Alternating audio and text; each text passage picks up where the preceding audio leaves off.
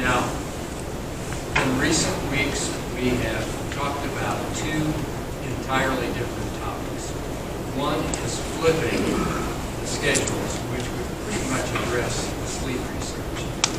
The other is a three-tier bus system, which would address our professional needs and flexibility of transportation service. You can use the three-tier system to better deal with flipped schedule, but you don't have to have that flipped model to run the three-tier system. And so we have talked about both. I think it's a little confusing to the public because you almost have to be part of this ongoing conversation intimately to understand what we're talking about. But we are talking about two entirely different things. We have had a variety of parents speaking to us individually, and some of them have been in favor, some of them have been opposed, some of them have been concerned that our survey results have yielded very little input from the community at large. And that could be, we had fewer than 2,000 people submit survey responses out of possible 40,000.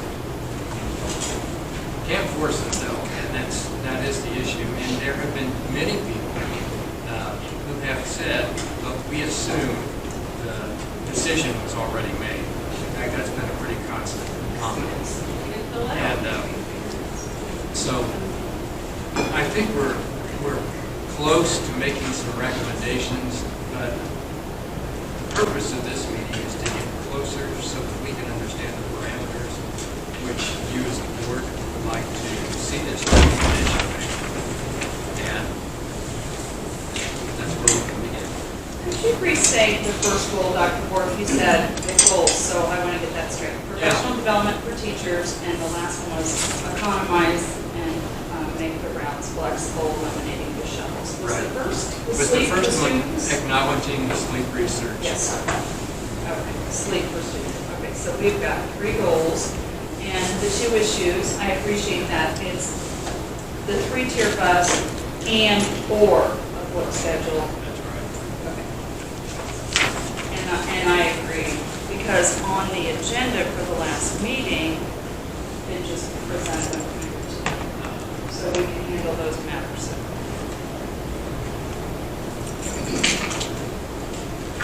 Part of the confusion that I think is that you can't go to a 3-tier bus schedule without changing school start time. But that doesn't doesn't- necessarily mean a flip. That's exactly right. It doesn't mean we're changing school start times or we're flipping school start times. But we saw different options for a 3-tier schedule, which looked like we're changing school start times, which blurred those issues. That's right. All of the options you see here, going to 3-tier, doesn't really work unless we're moving everybody through. Well, Because those are the options we have, is just a 3-tier. a high school would start earlier, Or middle school, or the middle school. which seems to go against all of the research. It does.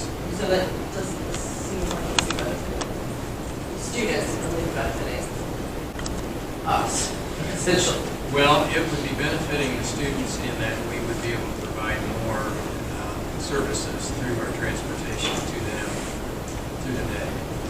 For example, we have Hub and Spoke that will come online next fall if all goes well. We're anticipating that. And Hub and Spoke will require us to provide transportation throughout the day, just like our Conner Prairie program does in our Nature First.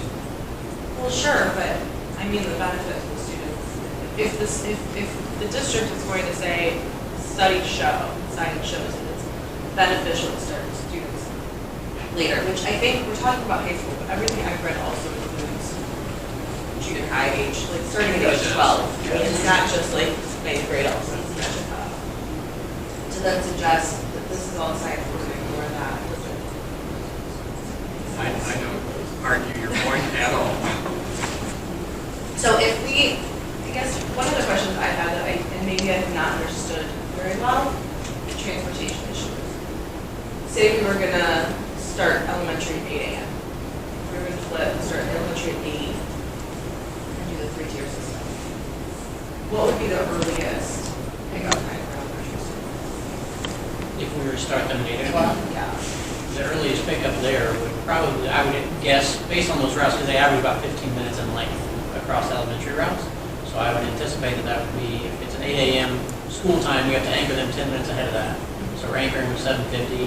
I would anticipate routes starting around 7:30, the majority of them. And then beyond, depending on your urban routes and that. But the issue there is where, I guess, and that's where clarification comes, is what is your start time then? If you're saying, as I understand it, your elementary is tiered or starting at 8, then that's going to push back inevitably your high school, because we have to be able to get those in. Well, it would be flipped, so that was the original, one of the original, sorry. She's going back, I think she's going back to the original. She's the original proposal, if we flip those schedules. Yeah, one of the original proposals that we flipped and we went to the 3-tier elementary starting at 7:35, which is around 8.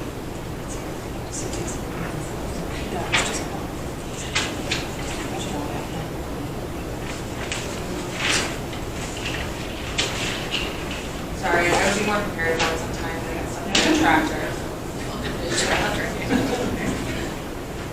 Could we really get everybody to school except for that outlier urban? Right now it starts at 8:55. Right. My daughter's bus comes at. Well, 7:50. We live less than a mile. But I know they get there pretty early. Because then part of the reason they get the elementary students to school early is because then some kids, including my daughter, who likes to have free breakfast, can get on the bus early and go into the cafeteria and get breakfast. So they have the buses arrive, I think, at least 15 to 20 minutes actually before the start of the day. Because then they go in and have breakfast and visit. They can't just pull up at 8:55. Right. Sure. But I think there's some of them that are really early. I mean, when I rode the bus, we were probably the fourth or fifth bus at the school, and we were there at 8:30, 8:35. But that's So I think also, there's, that's also without the 3-tier system. So that's part of the problem, is that right now we're not on that. So Right. bus times are longer because we need the buses for the later routes, or the earlier routes, I guess. That's what it is right now. Well, I don't know if that would change elementary. They're already, or what it, I don't know. I don't know what I was asking. The question is, do the elementary kids get to school earlier now under a 2-tiered system than they would under the proposed 3-tier system? Now, no, because elementary is the second group to come in. Okay. That was the question that was asked. Yeah. One of the variations in the, said, suggestion was Wayne Township has, it's an outlier in a sense, that was actually a good term. But what are the variations in the times of pickup at the elementary age versus the presently? Because you hear these comments about they seeing buses sitting at McDonald's, for a lengthy period of time. And it appears like we are not utilize our time.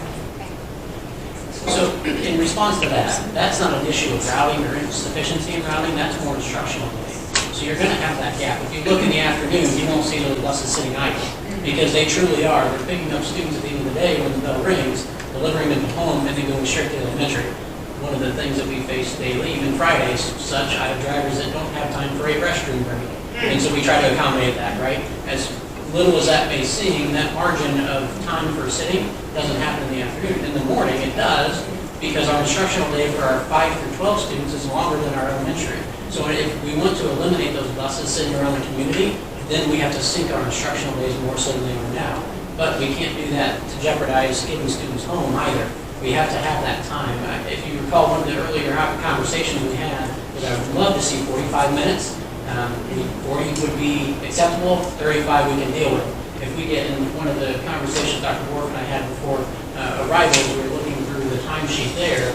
If we move those times anymore, you have to remember, and I think it was mentioned just previously, that's bell time. That's not when they leave the lot. So the bell time, getting those kiddos at Riverside, and we're loading as many students as we are at the high school, getting those kids across our buildings out to the bus lot and off the lot, it takes about 7 minutes from the bell time to where they're loaded and they're safely on, they can dismiss from the parking lot. So we have to take that, if we look at the time there adjusting, we have to take into consideration that's bell time here, but then we also have to be anchored at the elementary because that's bell time for them. So we have to make sure that we're unloaded and to that building and staged, so we're not pulling in when students are out on the sidewalk. So as far, back to your original question, as far as staging, that occurs now because we have a gap in time. It's not that, I mean, they can't go run out routes because they can't deliver the students earlier than the teachers are there on contract. So really, that's an instructional day-driven issue, not necessarily a transportation issue. How many more buses will we require if more parents or more families actually have their children bused rather than driving them to? Would that really impose a difficulty? And then versus this walk zone, so we were given some of the information from previous studies, which are very outdated, about providing walking to schools. We've had that conversation surrounding walk zones. I would be interested to know the community's feedback, just from in our department. One struggle that we have is that parents don't necessarily like their students walking 3 houses up to the corner stop. So having them now, if we expand that as a district and say, hey, we're going to have a mile walk zone, we're going to have a half-mile walk zone, just know that we're struggling with a 3 driveway walk zone that we currently have in place. So that would be my only hesitation, is truly knowing what the perception is, what the reality is in our community of how they would take that walk zone. It happens. There's other districts around us that do walk zone within neighborhoods. They don't go into neighborhoods to pick up busing. Everyone's trying to accommodate across the state in different ways. I don't know in our community what that would look like. The other thing too is the safety of our students for walk zones. As a district, are we set up adequately for those students to safely walk to and from school? I know that there was another proposal out there, maybe doing a K through 6 busing, so we took a look at that. What would that look like if we put those in? We just took a sampling of some of our hot. We would actually have to put more buses in the neighborhoods. And then that would also increase ride time for elementary kiddos. For instance, Lantern Road, or for Spyglass Falls, where my student would go to Lantern Road to RSI, that would be a 45-minute bus ride for that elementary student.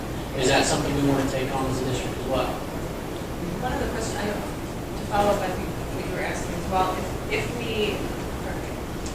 we switch to, say, elementary getting out at 2:20 or 2:25, that theoretically could add elementary students to busing. Parents wouldn't necessarily have to pick them up. Would that change? Do we have enough buses? So again, that number is unknown, because truly, there are a lot at the high school level that we would have to accommodate for if you ever go over to Fisher's High School. I don't think it's elementary specific as far as car riders are concerned. Fall Creek Junior High is the same scenario. But what we do is every parent is able to put in a Skyward their bus or no bus.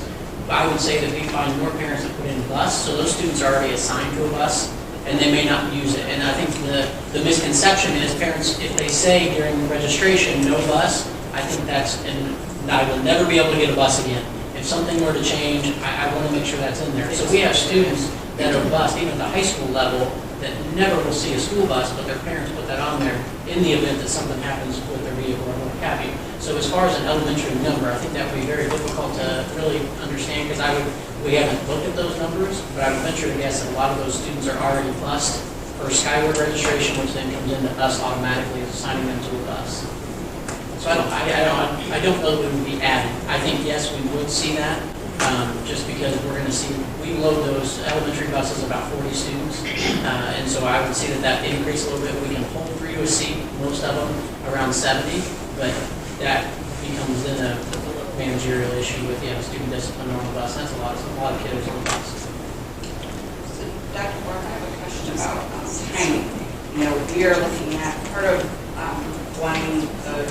looking at the 3-tier bus system now for this next school year was because of we have also passed a calendar that has no early release Mondays for teachers. So part of the concern too is to make sure we have professional development for our staff. What does that look like if we were to examine the true flip start times with a 3-tier as it was sort of intended at the beginning, What does that look like for this next school year? How could we accommodate teacher PEs during the day? Or can we, or is that a possibility, or? Is your question, how would that be done if we went to the flip schedule as of next fall? Okay. Then, Or as of not 2021, 21. but 21, 22. Okay. Then, if we were giving it a year's study, I would probably be advising you to go back and create some time, an early release time, to maintain the current schedule. Obviously, this would just be a status quo year coming up. And to provide the PLC time, we would have to do it that way. And that's just what I was considering, how. Now, we also have permission from the DOE to reduce our instructional time as of next fall. So we could do that as well. And Zach and I were talking right before you came in. What would it look like if we did maintain the two-tier with a shorter instructional day? And we could do that, but it would require the start time for the high school and the 5 through 12 would be almost identical to what it is now. But we would be able to get in the professional development time without doing an early release one. And what, at the high school level, would that be after school would be their time? Because that will affect extracurriculars. It would probably be before school. Yeah. 7 through 12 went early, you think it would be before? Because right now I think it would be added after. And then See. the elementary would be before because they have a later start. I'm looking at the teacher times. We have teacher times that would be 7:05, 2:25, 7:05 to 3:15. Those would have to change. They would have to be a little earlier for it to work on this schedule. So that's different for this year.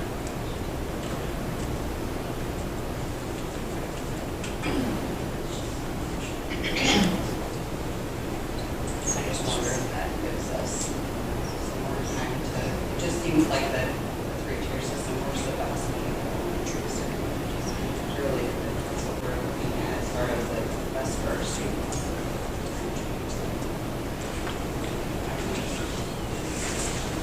So, I had sent an email last week about the kind of looking at, just kind of blowing up, for lack of a better word, our current system. Let's just look at it a different way. And I know your example of Lanham Road and Riverside being on the same bus, obviously, thought about that. But my thought is, do we have to be a rigid 3 start times for 3 different levels, or could we somehow stagger the start times? Because as a parent of a student who goes to Brooksville Elementary, I don't care what time Urban Elementary starts. So if they're within 10 minutes or 15 minutes of my start time, that's not going to affect me. I don't know, professional development-wise, if that's an issue. And it would affect substitutes. Well, you know, this elementary starts at this time, and this one starts at this time. But recognizing that Riverside is an outlier because they have all 5 through 8 go on the same bus, and the Hitch as well. But I think of Fall Creek Intermediate and Fall Creek Elementary right across the street from each other. And yes, it would be a longer bus ride for those elementary kids. But at the end of the day, if the kindergartner is getting off with a 6th grade sibling, we've helped with some of the child care issues that we're hearing from elementary parents.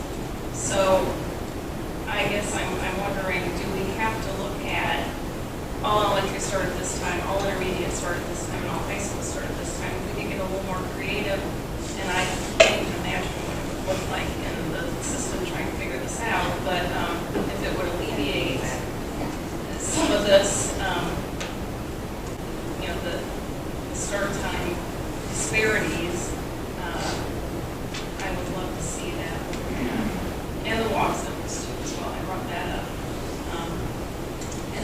was, I get the 3 doors down because I get behind the bus where they stop every 3 houses. But my thought on that would be kind of a walking route where, and it would cost money because you have to hire somebody to do it, but have like a bus driver or walk driver, I guess, who would, stop along the route and pick up the kids on the way to the school, to walk with them. An idea. I mean, and I know Pearson Parkway, when I first got on board, did like 1 day a week. And nothing came of that. I guess you said it was through the city. But, I hate to say it, I didn't walk uphill both ways, but I walked to school or rode my bike and never took the bus once. So, No? yes, Up to not, your ankle. yeah, it was uphill one way, but not both. But, I lived, In a different time. yes, I did. Didn't have a cell phone with me on the way, but, it was, and you got to know the kids you walked to school with too, and, just like you get to know the kids you ride the bus with. And then recognizing the fact that, it might be horrible weather, and if we could just send a bus, have a bus that's already at the school, go back out and pick up that route, because those kids might be late to school by a few minutes, but it's not every day that we have horrible weather on that. So I would like to exhaust all those possibilities of, could we have K through 6 on the same bus, or even K through 8 in some instances, to look at it that way and not have the exact same start time for all of our elementaries or all of our intermediates, but recognizing in high school we do have to have the same start time because of scheduling.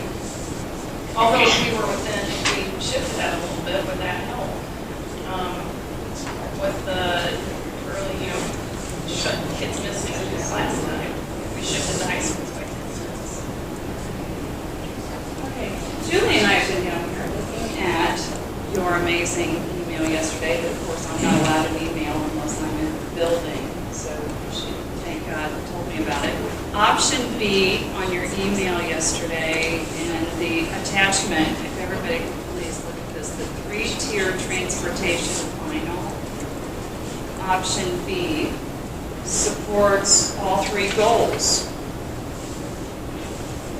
Extra sleep for students, and I loved the research that little kids wake up earlier, and then the sleep pattern shifts to where teenagers are almost like 2 hours later on their sleep pattern. Which I would have known that 5 years ago. I would have been handling kids. So you want to brag on it? You studied it a little bit more. Well, let's see if we can hear any. Do you have any response to Michelle's question? To Michelle's question, yes, I do think we can be studying those concepts.